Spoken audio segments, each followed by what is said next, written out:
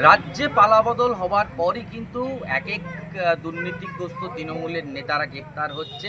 তেমনই কিন্তু পূর্ব বর্ধমানের জামালপুরের যেটা দেখতে পাওয়া যাচ্ছে যে তৃণমূলের দাপুটে তৃণমূলের নেতা ধানু সূত্রধর, তাকে কিন্তু পুলিশ গ্রেপ্তার করেছে। কয়েকটা দিন আগেই কিন্তু এই ধানু সূত্রধরের নামে একাধিক অভিযোগ উঠে আসছিল এবং বিজেপি কর্মী সমর্থকেরা তার বাড়ির সামনে জড়ো হয় এবং সাধারণ গরিব মানুষ, খেটে খাওয়া মানুষ, তারাও তাদের বাড়ির সামনে জড়ো হয় এবং যে কাটমানির টাকা এই ধানু সূত্রধর নিয়েছিল সেই টাকা ফেরত দেওয়ার দাবি ওঠে এবং তারপরেই প্রশাসনকে খবর দেওয়া হয় এবং ধানু সূত্রধরকে আটক করে এবং অবশেষে গ্রেপ্তার করেছে ধানু সূত্রধরকে। এই ধানু সূত্রধরের নামে একাধিক অভিযোগ উঠে আসছে, যেমন উঠে আসছে 2014 সালের ঘটনা। 2014 সালের সাধারণ গরিব মানুষের কাছ থেকে চাকরি দেবার নাম করে এই ধানু সূত্রধর বহু সাধারণ মানুষের কাছ থেকে টাকা নিয়েছে এবং ঘরের নাম করে কাটমানির অভিযোগ আছে এই ধানু সূত্রধরে।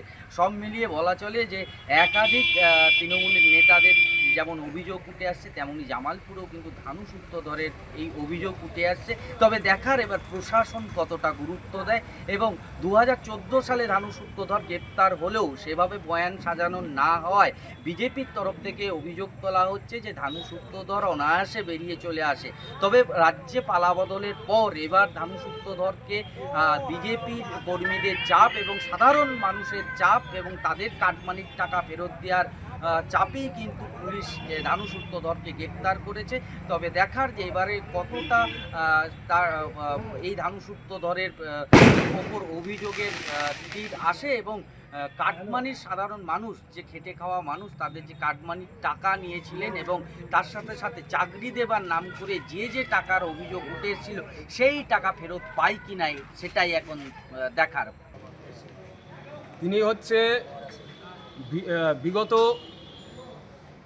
দিনে যে টিএমসির একটা নেতা, বিশাল বড় নেতা, যে হচ্ছে মেহমুদ খান এবং শাহাবুদ্দিন মণ্ডলের হাত ছিল ওই হৃদয় চাঁদ সূত্রধর ওরফে হচ্ছে ধানু। ইনি প্রত্যেকটা ঘরের যে টাকা বেরিয়েছিল তাদেরকে ওই টাকা দিতে হবে বলে একটা জোর খাটিয়েছিল, টাকা দিতে হবে, নাহলে পরের কিস্তি আপনাদের ঢুকবে না।